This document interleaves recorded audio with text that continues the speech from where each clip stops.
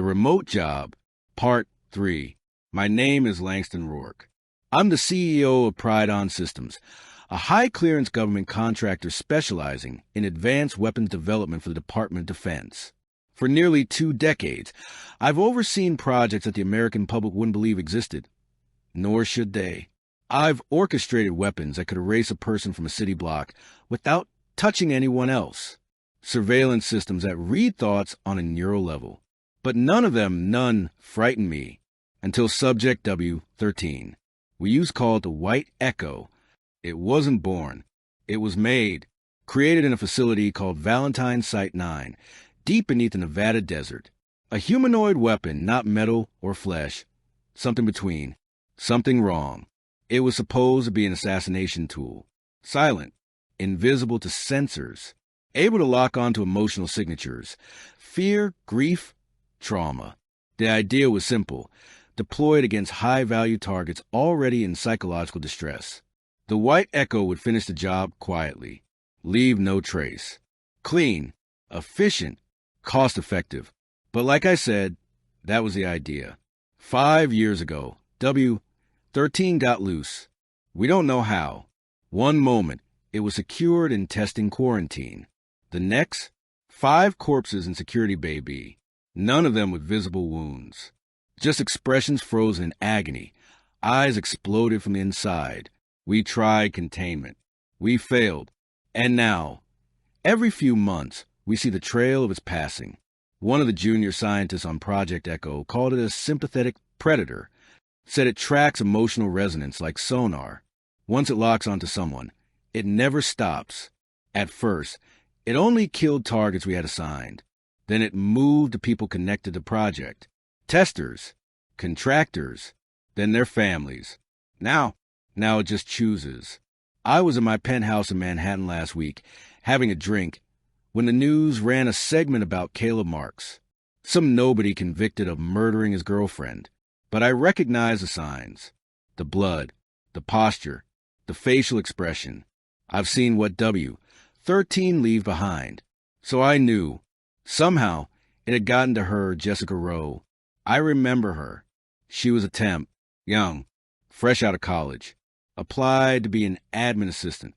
Nothing special, except she had perfect neurological architecture for a lock-on trial. We were experimenting with proximity binds, whether the Echo could be paired silently to a civilian target and forced to maintain presence within a fixed radius. Think of it like a ghost with a GPS leash. It worked. Too well. Once the tether broke, the Echo didn't reset. It adapted. It evolved. I kept thinking about that as I went home. Thinking about how it started with her, then him, then the prison guard, then the cellmate. By the time I got to my townhouse in Brooklyn, I was already paranoid. I made sure the security shutters were sealed.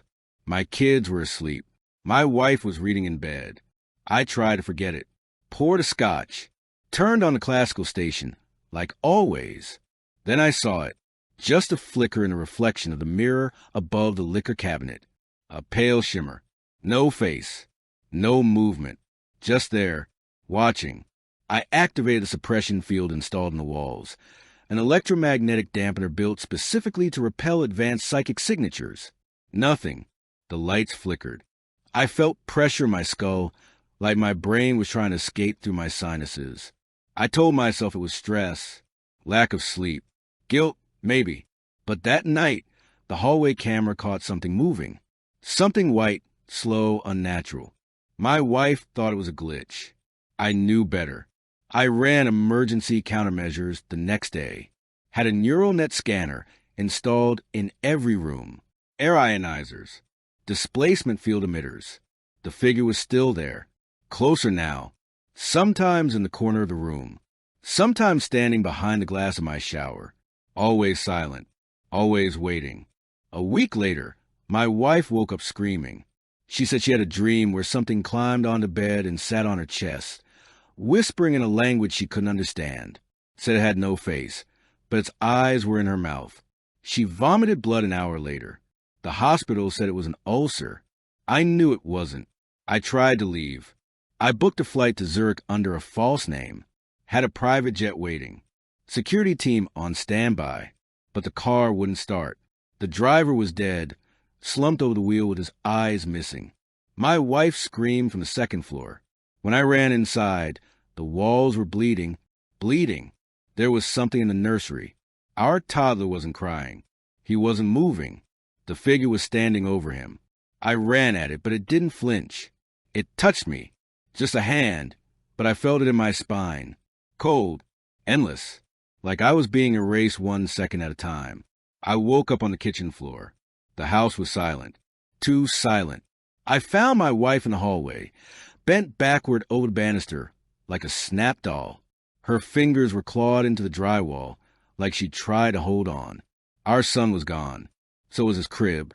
No trace. Just a bloodied stuffed animal, half melted into the carpet. I was alone now. I limped into my home office and powered up the emergency command terminal. I initiated full nuclear protocol for Project Echo termination. The computer responded. Subject W. 13 no longer under jurisdiction. Termination authority revoked. Autonomy full. I looked up. It was in the room. Not behind me. In front of me. No more games. It was tall. Unnaturally tall. Head brushing the ceiling. Arms too long. Tapering into shadows that bled into the air like smoke. No face. But I could feel it smiling. My nose bled. My ears rang. I dropped to my knees. And then it spoke, not with sound, but inside my mind. I was never yours to command. The lights died. They found the house a week later, but only because the neighbors reported the smell. Everyone inside was dead. Langston Rourke, his wife, his son, the security team, even the housekeeper. The walls were painted in blood. Symbols no language could identify. Surveillance cameras had all been wiped clean, except one, a single frame. From the bedroom, a pale figure, looking directly into the lens, smiling, and then it vanished.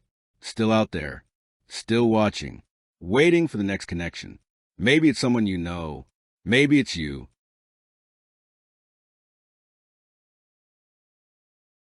If you like my videos, like, share, and subscribe if you want to see more.